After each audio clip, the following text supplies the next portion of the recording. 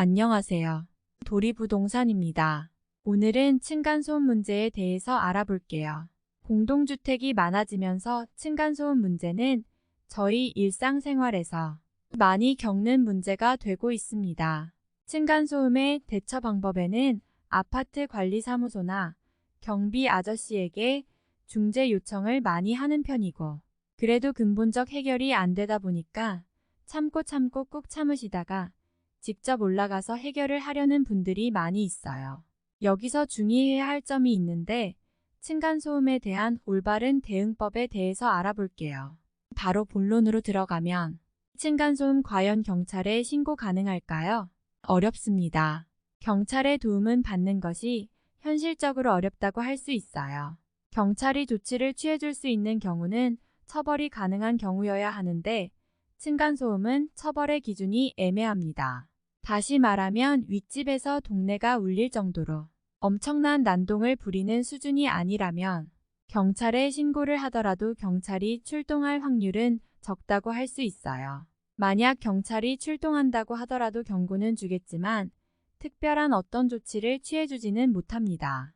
이런 경우에 우리는 어떻게 대처해야 할 것인가에 대해서 알아볼 건데요. 가장 중요한 절대 하지 말아야 할 행동 2개부터 알아볼게요. 첫 번째는 복수하기로. 최근 유튜브나 인터넷을 검색하면 연관 검색어로 층간소음 복수, 층간소음 복수 음악이라고 뜰 정도로 똑같이 소음을 내는 방식으로 복수를 하시는 경우가 많은데, 절대로 이런 방법들을 따라하시면 안 됩니다. 이것은 정당방위로 인정이 되기도 힘들 뿐만 아니라 잘못하면 나의 소음으로 더 큰 분쟁으로 번질 수도 있겠습니다. 절대 하지 말아야 할 것 그 2번째는 직접 찾아가기는 방법이에요. 물론 처음에는 아파트 관리사무소나 경비 아저씨에게 중재 요청을 하시겠지만 근본적인 해결이 되지 않으니까 답답한 마음에 본인들이 올라가서 항의하는 경우가 많을 겁니다. 하지만 올라가서 한 번에 해결이 된다면 다행이지만 솔직히 말로 해결이 될 만한 분들은 이런 층간소음을 유발하지는 않는 편입니다. 결국은 직접 찾아가서 해결이 안 되는 경우가 더 많죠. 그리고 이런 해결을 직접 하기 위해서 계속적으로 2번 또는 3번 반복적으로 찾아가게 되면 오히려 윗집에서 스토킹 처벌법으로 여러분들을 처벌받게도 할 수 있습니다. 사실 아직까지는 층간소음을 한다고 해서 벌금이나 과태료 같은 처벌 규정이 없거든요. 그런데 스토킹 처벌법은 형사법으로 분류되기 때문에 오히려 여러분이 3년 이하의 징역이나 300만 원 이하의 벌금형을 받을 수 있습니다. 층간소음으로 내가 고통받았지만 오히려 내가 신고당함으로 범죄자로 취급받는 경우는 없어야겠죠. 실제로 너무 시끄러워서 참다가 올라가서 조금만 조용해 주세요 라고 말하고 그 뒤로도 해결이 안 되어서 출입문에 메모를 남기신 분이 계셨어요. 그런데 오히려 신고를 당하셔서 경찰에 정식으로 입건된 사례도 있는 부분이라서 이 부분을 절대 주의하셔야 합니다. 그렇다면 올바른 층간소음 대처법에 대해서 알아봐야겠죠. 위에서 말했듯이 아직까지는 층간소음으로 인한 벌금이나 과태료는 아직까지 부과된 적이 없습니다. 그래서 최후의 경우에는 소송을 해서 나의 괴로움과 고통을 입증하고 손해배상금을 받는 방향으로 가는 경우가 대부분이죠. 따라서 여러분들이 생각하기에 우리가 겪고 있는 층간소음이 원만하게 해결될 기미가 안 보여진다면, 그러면 여러분 스스로도 평소에 증거 확보를 해두시는 게 중요합니다. 증거 확보라고 어렵게 생각할 필요도 없습니다. 소음이 들릴 때 핸드폰으로 동영상을 찍어서 보관해 두는 정도로 준비해 주시면 됩니다. 만약 증거를 좀 더 탄탄하게 준비해 두고 싶으시다면 도와주는 기관이 몇 군데 있거든요. 한국환경공단, 층간소음 이웃사회센터, 공동주택관리 분쟁조정관리위원회, 중앙환경분쟁조정위원회 등이 있어요. 층간소음 이웃사회센터에 접수를 하면 전화 상담을 해주고 현장 소음 측정 서비스도 제공해 주거든요. 이런 기관의 도움을 받으시면 훨씬 더 증거를 더 탄탄하게 마련해 둘 수 있다는 점 기억해 두시길 바랍니다.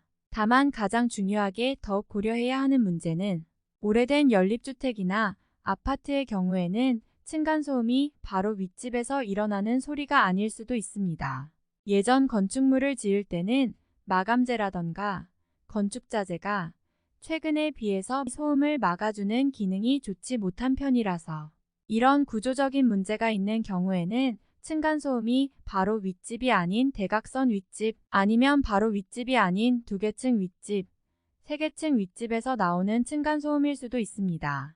이런 경우에는 위층에 아무리 항의하고 증거를 수집해 보더라도 건물의 구조적인 결함 때문에 무용지물일 수도 있으니 참고하시면 좋겠습니다.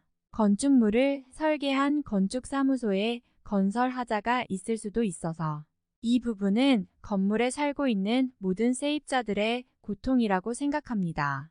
마지막으로 정리를 해보자면 층간소음은 경찰에 신고해도 별로 소용이 없습니다. 그리고 층간소음을 복수한다고 층간소음을 일부러 일으키거나 해결을 하기 위해서 직접 찾아가는 것은 절대 하지 말아야 합니다. 원만하게 대화로 해결이 힘들 것 같으면 증거를 수집해 주는 것이 가장 중요하다. 증거를 더욱 명확하게 준비하기 위해서는 여러 기관의 도움을 받아서 공신력을 키운다면 더욱 큰 도움이 됩니다. 주의할 점은 건물에 구조적인 문제가 없는지 먼저 체크하고 준비를 해야지 더욱 증거를 뒷받침할 수 있다는 점을 정확히 캐치하시면서 증거를 준비하시기 바랍니다. 건물의 구조적인 하자 때문에 층간소음이 발생한다면 이 부분은 건물 자체의 문제일 수도 있기 때문에 소송이 무의미할 수도 있습니다. 그리고 무엇보다도 소송이라는 것은 최후의 수단이며 결과까지 양 당사자가 모두 힘들게 합니다. 원만히 대화로 잘 해결해 보시고 만약 건물에 구조적인 문제가 없는지 건축 전문가에게 건축물 점검을 해보는 것도 하나의 해결책이 될 수도 있으니 참고해 보시기 바랍니다. 도움이 되셨다면 구독과 좋아요 부탁드립니다. 감사합니다.